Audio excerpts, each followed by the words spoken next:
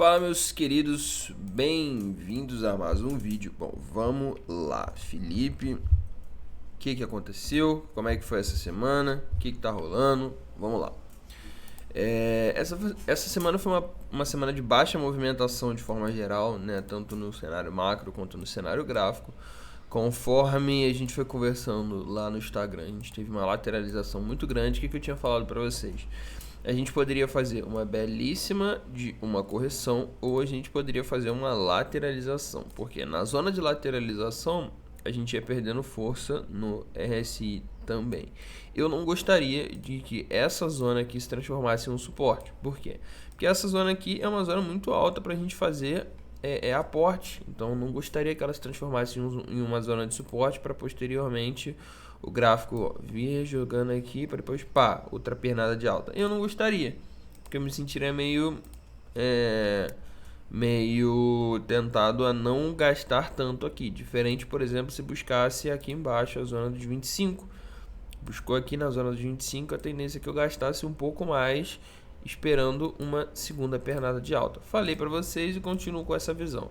Se isso aqui se confirmar uma zona de suporte, ou seja, continuar lateralizando, depois subir, isso aqui continuar caindo, buscar o 40 e depois subir, eu não vou deixar de entrar, obviamente. Mas a mão que eu vou usar para operar aqui vai ser bem menor. Porque desconfigura muito da minha tranquilidade em criar qualquer tipo de aporte. No mais, lembra do que eu falei para vocês, isso aqui está sendo um evento quase que integral, calma aí, café, feito por sardinhas. Por quê? Porque o volume confirma isso muito bem. Isso aqui foi institucionais, observa o volume, institucional, vendeu, institucional, comprou no caso. Agora, quando chegou nessa zona aqui, as sardinhas estão pulando de alegria, fazendo short alavancado em 100x e long alavancado em 100x. O volume confirma isso, é um volume fraco para uma movimentação no Bitcoin justamente em uma zona tão alta, certo? Por isso que eu digo para vocês, aqui é momento de não fazer nada, porque a tendência disso aqui a cair é muito alta. Felipe, mas e se subir isso aqui loucamente? Pode subir, mas não vai subir por uma influência do institucional. Você pode ver tranquilamente pelo volume que o que está acontecendo aqui agora, que ainda não caiu, porque o varejo não permite que caia. O varejo está ali, abrindo long, comprando nessa zona aqui. O institucional também não está vendendo, porque o institucional também está aguardando alguma coisa que a gente ainda não entendeu o que. Talvez um desfecho da situação com a Binance. Pode ser o que desencadeie uma correção um pouco mais acentuada. Eu acho que uma correção na Binance pode levar o gráfico lá para 18 mil, né? O nível de FOMO que vai acontecer, perdão, o nível de FUD, né? Se a Binance for condenada e tiver algum tipo de problema, pode jogar o gráfico lá para 18 mil. Então talvez os institucionais estejam exatamente esperando isso para operarem. Acho que no mais a gente espera junto. Não tem o que fazer em questão do Bitcoin aqui. Não tem o que fazer. É aguardar, esperar uma bela oportunidade de entrada, sim. E essa oportunidade vem ou na próxima zona de suporte, ou se ele lateralizar o suficiente para o RSI buscar ali a próxima zona dos 50 a 40. Se algum desses dois acontecerem, a gente tenta operar. Lembrando, se for próximo à zona dos 28, a mão da operação será minúscula. Se for aqui em 25, dá para a gente gastar um pouquinho mais e encher as carteiras de hold, certo? O fechamento mensal, entramos agora em abril. Março parece que teve 8 mil dias, porém acabou. E o que acontece aqui? A gente buscou uma zona extremamente importante, porque a gente buscou o fundo da tendência anterior. Por que tá tão difícil romper essa zona, Felipe? Justamente por causa disso aqui, ó. Porque ela foi o final do ciclo anterior. Ela fez a primeira pernada de alta, depois fez a segunda, buscou um fundo exatamente onde a gente está agora e depois fez uma outra pernada de alta até o topo histórico, aonde encerrou a tendência e começou a zona do bear market, certo? Então é normal que nós venhamos a ter uma dificuldade abissal de romper essa zona, porque a gente não está falando de um suporte qualquer, a gente está falando do fundo do ciclo anterior. Então um suporte que em si agrega uma força absurda. Portanto, respira. Eu sei que você queria que rompesse isso aqui, buscasse lá a zona dos 40 mil, que foi a análise que o tio Felipe fez. Eu sei, eu também queria. Mas essa zona ainda vai dar uma dor de cabeça pra gente romper, porque é uma zona extremamente importante. E essa zona se transpõe até a zona dos 35 mil, porque a gente está falando do fechamento mensal e do pavio. No geral, a gente também buscou, deixa eu apagar esse monte de linha aqui, a gente buscou também a 0,5, ai, calma aí, que isso aqui eu não deveria ter apagado não. A 0,5 não, a gente buscou a 0,23 do movimento de Fibonacci, a gente quer descobrir as próximas zonas de resistência, então a gente vai puxar do topo até o fundo. E aí o que acontece? Olha que interessante, nós rompemos a zona da 0,23, que está lá próximo a 28.200, e nesse momento nós estamos próximos, ou melhor, a gente tem como próximo alvo a zona dos 36 mil, 35 mil e 36 mil, que é a próxima zona da Fibonacci, que é a região ali da 0,38. Então, não seria idiota dizer para vocês que, como a gente tem uma nossa análise em 32 mil, que é exatamente 50% desse movimento, se configure de fato uma correção ali. Talvez a correção pode vir até a zona da 0,38 só, pode ter. Tocou ali e voltou a subir. Isso pensando no mensal até o fim do ano. O que é interessante. Nesse momento a gente quer justamente oportunidades que sejam próximas à zona de suporte para a gente poder aportar. Então, se buscou a metade do caminho aqui, que em si já é uma zona de execução de lucro, e voltar até a zona dos 28 mil, beleza, confirmou 28 mil como um suporte, porque vamos voltar para o diário. Teria feito algo parecido com isso aqui, subiu, voltou, transformou isso aqui como suporte, então beleza, mesmo eu não gostando da zona de 28 mil ser suporte agora, se ela for transformada em suporte, tá dentro da nossa análise. O que a gente quer? Suporte. A gente quer isso, suporte. Formou suporte, a gente entra, o que a gente está querendo agora. Então se o suporte for em 28 mil, beleza, a gente vai buscando uma nova pernada até a zona dos 36 mil. A última zona, que eu acredito que é a zona que a gente não vai romper logo de cara e vai dar uma correção muito mais acentuada, é a 0,5, 42 mil dólares. Eu vejo facilmente o gráfico tocando a zona dos 42 mil dólares e voltando para retestar a região dos 20 a 30 mil. Então isso aqui pode dar uma correção muito mais forte. E a gente vai estar preparado. Eu estou falando com vocês isso desde agora, porque seria cíclico. Pensa comigo, fundo ascendente no mensal. Ó, buscou lá 42 mil, pronto, desaba até 28 mil. Zona 0,23, faz um suportezinho aqui e aí sim volta a subir no próximo, certo?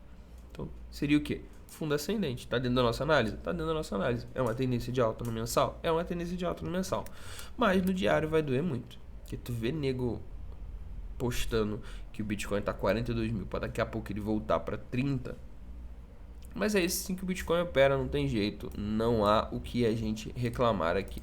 Felipe, e nesse cenário aqui, tu tá de olho em quê? Bom, eu tô de olho nos mesmos ativos que eu tava de olho semana passada. Então, tudo relacionado a ChatGPT ainda está no meu campo de visão, afinal de contas o gráfico não mudou nada desde semana passada. Então, se formar um suporte, eu quero entrar nesses ativos pensando em uma nova pernada focada no ChatGPT. E o que eu estou de olho agora são duas operações simples, bem simples. Uma delas é a XLM. XLM subiu muito, eu adoro quando a cripto sobe muito em um cenário de suporte, de resistência do Bitcoin. Por quê? Porque a gente tem uma bela oportunidade de short. Anteriormente, ela fez um belíssimo canal aqui nessa região. E aí, o que acontece? Você vê que ela ficou aqui nesse lenga-lenga de sobe e desce aqui infinitamente.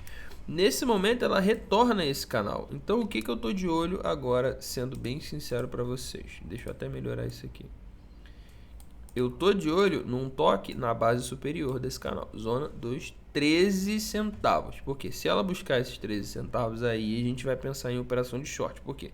Resistência, resistência, resistência, resistência e resistência. Tem uma resistência gigantesca nessa zona aqui. Então, se buscar aqui, talvez dê pra gente abrir uma operação de short pensando em pegar a base inferior, que também tá suporte, suporte, suporte. Então, dá pra gente trabalhar aqui entre 13 e 10 centavos. Portanto, XLM, coloquem na listinha de observações de vocês. Buscou 13 centavos, dá pra gente shortar, obviamente. Se no 4 horas oferecer uma configuração de short, não vai shortar só porque bateu lá, porque de repente agora ela venha para romper. Agora ela venha para romper e você vai tomar um stop desnecessário. A gente espera formar uma configuração de short lá na zona dos 13 centavos. Se isso acontecer, a gente vai entrar shortado, a gente vai buscar aqui a base inferior da zona dos 10 centavos e é isso. Ficar aqui nesse lenga-lenga de novo até que for rompido para cima ou para baixo, certo? É basicamente isso que eu estou esperando. E eu quero shortar o Ethereum. Felipe, por que você quer shortar o Ethereum se o Bitcoin está bem? Por quê? Shortar o Bitcoin não vai valer muito a pena, considerando que a gente tem um suporte de muita força logo ali embaixo na zona dos 25.200. Então a gente vai pegar um short de 28 a 25, vai dar um lucro, mas não vai dar um lucro tão gigantesco assim, considerando que a gente não é do tipo que opera com alavancagem de 80.000x. O Ethereum não, o Ethereum vai dar uma graninha um pouco a mais, porque observa bem, ele tem essa order block bem daqui, né? Essa order block que segurou a região dos 1.800. Nesse momento ele está segurando nessa order block aqui. Se isso aqui desconfigurar e ele perder e o Bitcoin, começar um processo bem mais forte, a ideia é que ele busque próximo à zona dos 1.500. Então, se o Bitcoin começar a fazer o processo dele de reversão, perder a zona dos 27.000, isso aqui facilmente busca 1.500 novamente. Inclusive 1.500 vai ser excelente para a gente aportar Ethereum para o longo prazo também, tá? Só que daria um belo short aqui, buscando a região dos 1.700 até a região dos 1.500, vai dar muito mais lucro do que shortar o Bitcoin pensando nessa mesma range. Então, como o gráfico das duas andam muito parecido, eu prefiro shortar o Ethereum. Eu estou de olho no Bitcoin para dar a oportunidade de short e aí shortar o Ethereum. Felipe, tu vai shortar quando? Bom, eu vou shortar quando o Bitcoin entrar num processo de reversão. Se ele não entrar no processo de reversão, continuar lateralizando mais 1 ou 2 semanas, aí eu vou ficar com ele lateralizando mais 1 ou 2 semanas. Vale muito mais a pena a gente pensar aqui em criar liquidez diária do que a gente pensar em trabalhar fora daquilo que o gráfico está nos dando agora. Nesse momento ele não está dando nada de interessante para a gente operar, então a gente só aguarda, não tem jeito. São períodos laterais são essa chatice mesmo, e a gente só precisa respirar fundo, não tem jeito. Média de 200 está funcionando como uma belíssima zona de suporte no gráfico de 1 hora, então usem isso. Dá para dar umas operações interessantes aqui, quando ela cai o suficiente para tocar na média de 200. E nessa brincadeira a gente vai tentando criar liquidez até que o gráfico se decida, certo? Deixa eu dar uma olhadinha rápida em como é que a gente fechou o SP500. Aqui.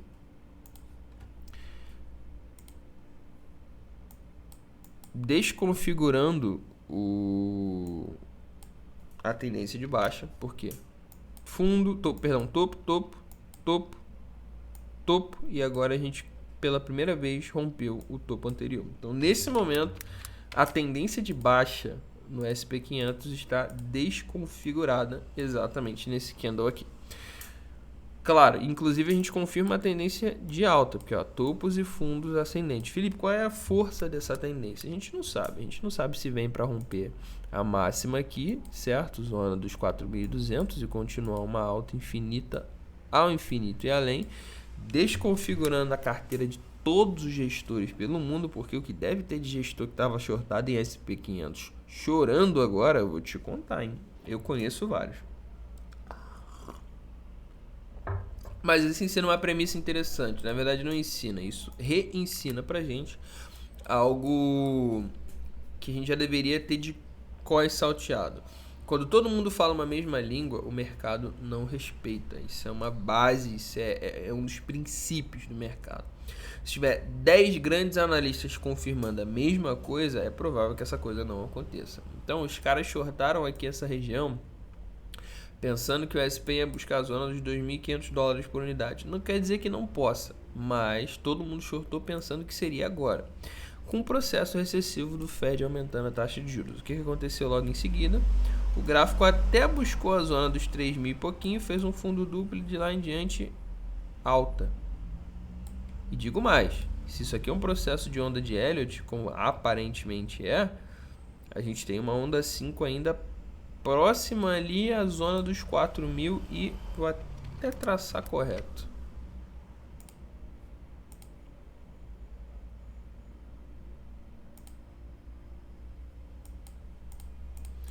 A gente tem ali pelo menos uma zona ali próximo a 4.500, 4.400 do SP.